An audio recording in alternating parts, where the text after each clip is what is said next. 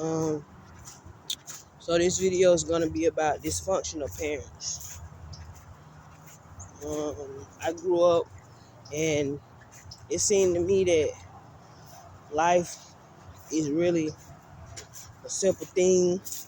Some people make it harder for themselves. I grew up with people being manipulative. There are people that dehydrate themselves and they act stupid. Like my mom married a guy, his son used to walk around with his arm tilted in like he looked like a retard or something, right? If being retarded was a look. So I'm like, well, you dehydrated. People are gonna notice that. People are gonna think that something is wrong with you because your motor skills are messed up and all that stuff. All these people rubbed off on me. So they were saying, well, we being judged and we going through some shit. People go through depressive stages, but that's what being an intellect is about. A lot of time, intellectualism can justify a lot of shit in your mind, and you won't have to be stuck in pessimism. I grew up around a lot of ghetto people, and they have been very toxic for me. Because at the end of the day, like they said, if you can get through to one, then you done your job. It's a lot of people out here really wake up in the morning and they have to live with passion. But with songs like Riding Dirty Down 85 and She Swallows with Passion, I'm not sure what kind of life we can live, especially as women. That's what I'm realizing, and I'm understanding that growing up in the demographic that I come from, as a woman, they're viewing you as the weaker vessel once a male has sex with you. When I was a kid, I was being viewed as a female, as a woman. And I lived in what I call an impoverished neighborhood because it was next to a library. That's why I was telling people in Atlanta, there was a lot of neighborhoods, pretty decent buildings. But when you watch TV and you get to know, people that may live in different neighborhoods and realize that sometimes, price value, the worth of the building that you stand in is worth more than you think. Or you see people living in Georgia, everybody knows the rich people are living in Cobb County and things of that nature.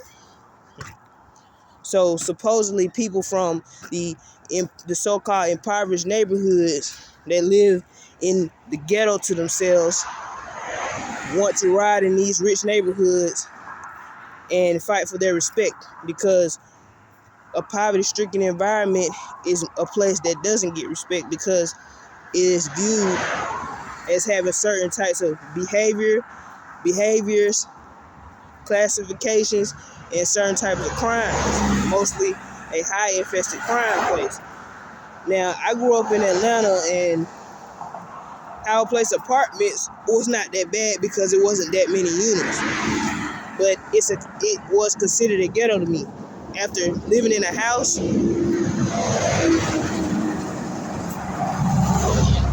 you'll realize that you really have to value the idea of family. All me and my family members do is curse each other out. I was taught to be rejected with white people. I can tell by the way I talk. I can tell by the way that I interact with them that I'm rejected with them because I grew up around closed-minded people. But at the end of the day, our parents would say they did the best they could.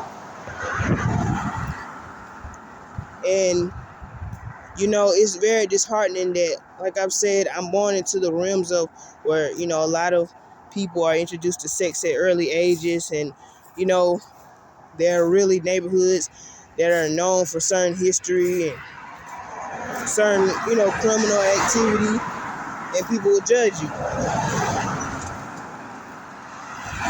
So I was not taught to survive crime. I was taught to fight by some people, but some people are actually just surviving crime. That's what I don't get. I mean, I thought that everybody deserved love growing up, but the logic is so twisted. It's so much game being ran. You hear a song like Tony Ayo and 50 Cent saying ain't no love. I actually wrote that song, and it's basically about how people be saying, I live a street life, and I had people say, I'm going to start a gang against you and your family because this, that, and the third. I really want notoriety.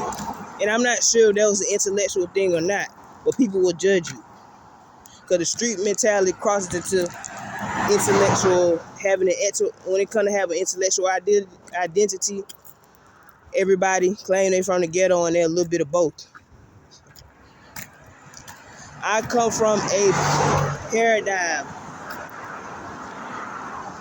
where a woman either got to be a prostitute or pretty much you got to create an intellectual identity for yourself, or you really, seemingly won't get taken seriously. I don't understand, like, growing up, I guess, learning to be, like, to sympathize with my family members and knowing that, you know what I'm saying, people really want families. I guess that's the reason why my mom had 4 girls. She really wanted to have a family, and she really probably had one of the moms that told her, I want to always be here, get out. My sister just yelled at me about, my little sister just yelled at me about cussing my grandma out, and I was like, I won't cuss her out. I was telling her it was a sign. That's why I don't like the fact that people have unfocused mind. Because when you grow up in the ghetto, you get taught to speak in code naturally. So that's the reason why it doesn't make any sense to me that people aren't listening. I'm like, my little sisters want their own. They got 2 cars. But we emotionally, I could tell that they're depressed because we grew up with sexual abuse, and I told them they was going to have to face the crime of rape. And people was going to be doing that shit to them for the rest of their life, because some people just don't give a damn. And the only thing you can do is call the police and report shit. I was sitting there plotting on my own downfall for other people, because when I went to school, most of us people in my neighborhood, we weren't dumb. We went to school, we studied. But I was sitting there telling them, all right, so now that we got kids and shit, I'm going to have to worry about these people and what they stand for. Let's try to conversate maturely. But it wasn't no mature conversation. People was talking about how they was catching bodies and killing people for notoriety. People will see you as competition and want to knock you off. And I was sitting there telling them that there was, a lot of dysfunctionality in my family, and we really were sitting in neighborhoods thinking that we weren't taken seriously. Everybody in my life pretty much views themselves as being from a ghetto.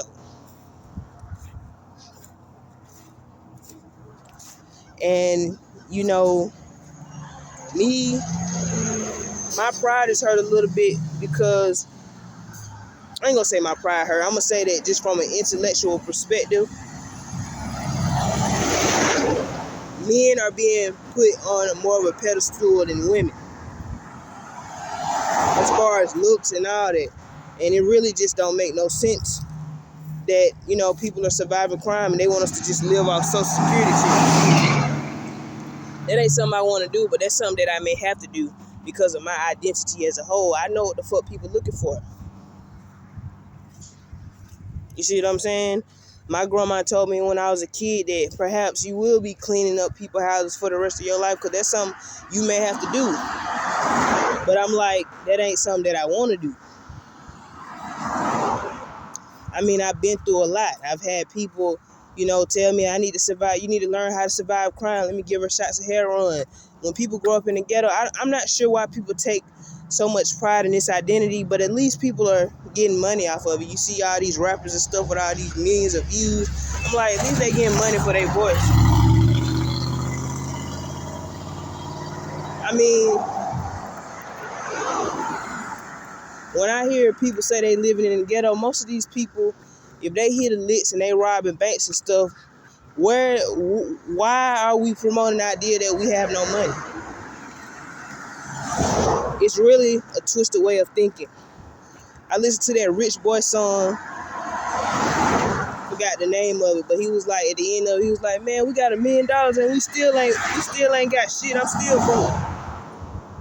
Because in essence, if you do get caught committing a crime, then sometimes you make it worse for yourself. You have a bad reputation, and then you can't create a good social life for yourself.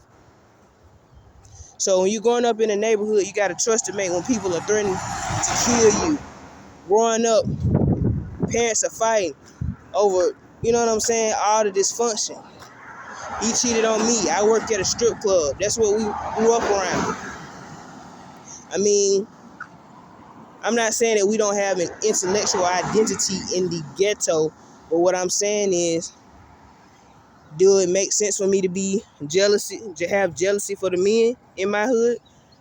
Take that shit and roll with it. These women chose to have babies and stuff, and they want respect. And I get that. But I cannot respect our sexual identity being placed on us at an early age because of molestation, because of whatever reasons. I'm natural and all this shit. Or people, you know what I'm saying? We don't even know what being in love is about. This is some shit that we're discovering. This is some shit that every day, well, my nigga gave me loyalty today, or my bitch gave me loyalty today, so I'm gonna give them a piece of candy. Whatever that candy is you give them, that's up to you. But it really don't make no sense to me. You know, that people really were, you know, saying that most people in the ghetto are narcissists because they're surviving crime like this. It's a stigma, right? They're molested victims. There are people that have homeless mentalities. How can we upgrade these people? I'm not sure how I'm gonna be, like, if they're gonna be people that are understanding, but I'm not sure why I wouldn't be jealous of a man for living in the ghetto and being put on a pedestal for just simply going around and being a heathen.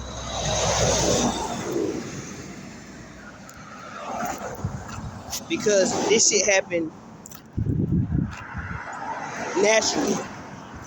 And I'm like, I just need to realize that that might be what it is. I grew up around a lot of Geechee people, and a lot of them didn't know how to talk. I'm in South Carolina now, and I still got people that ring in my head that got me stuttering over my damn words and everything.